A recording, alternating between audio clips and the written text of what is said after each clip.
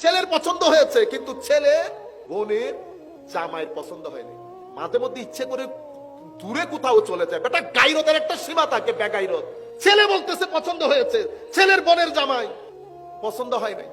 বিয়ে করলে করো, আমি বিয়ে হাইতেন না। ও বাপ রে বাপ, মানুষের গাইরত বলে কথা থাকে, হায়া বলে কথা থাকে, এরকম বেহায়া হয়ে গেছে।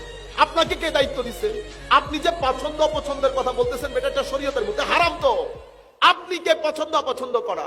মোস্টলি মেয়ের মা বাবা যায়, ভাই বোন নো নো এন্ট্রি। বুঝতে পেরেছেন? শুরুর দিন থেকে। এরপরে আপনারা 2-3 মাইক্রো গিয়ে হোটেলের মধ্যে দেখে বিসমিল্লাহ করে জানাই দিয়েছেন মেয়ে পছন্দ হয় নাই। এই মেয়ে মানসিক ভাবে ভেঙে পড়ছে না? আমারও তো বোন আছে, আমারও মেয়ে আছে, তো মেয়ের বদদুয়া যাবে না? ছেলে বলতেছে হুজুর 50টার মতো দেখে বলছি বিয়ে হয় নাই। আমি বলছি নিশ্চয়ই কোনো না কোনো মেয়ের বদদুয়া লেগেছে বেটা। এটা ইজিলি অনেকভাবে হ্যান্ডেল করা যায়, মেয়ে না জেনে মতো অনেকভাবে দেখা যায়। যতক্ষণ মনে করবেন যে এটা পছন্দ হবে না, আপনি আনুষ্ঠানিক ভাবে দেখবেনই না। এরপরে ছেলে মেয়ে দেখবে, মেয়ে ছেলে দেখবে, দুইজন ইয়েস বলবে। কিন্তু আমরা কি করি? আমরা পারিবারিক ভাবে একটা প্রেসারে ফেলে দেই ছেলে বা মেয়েকে।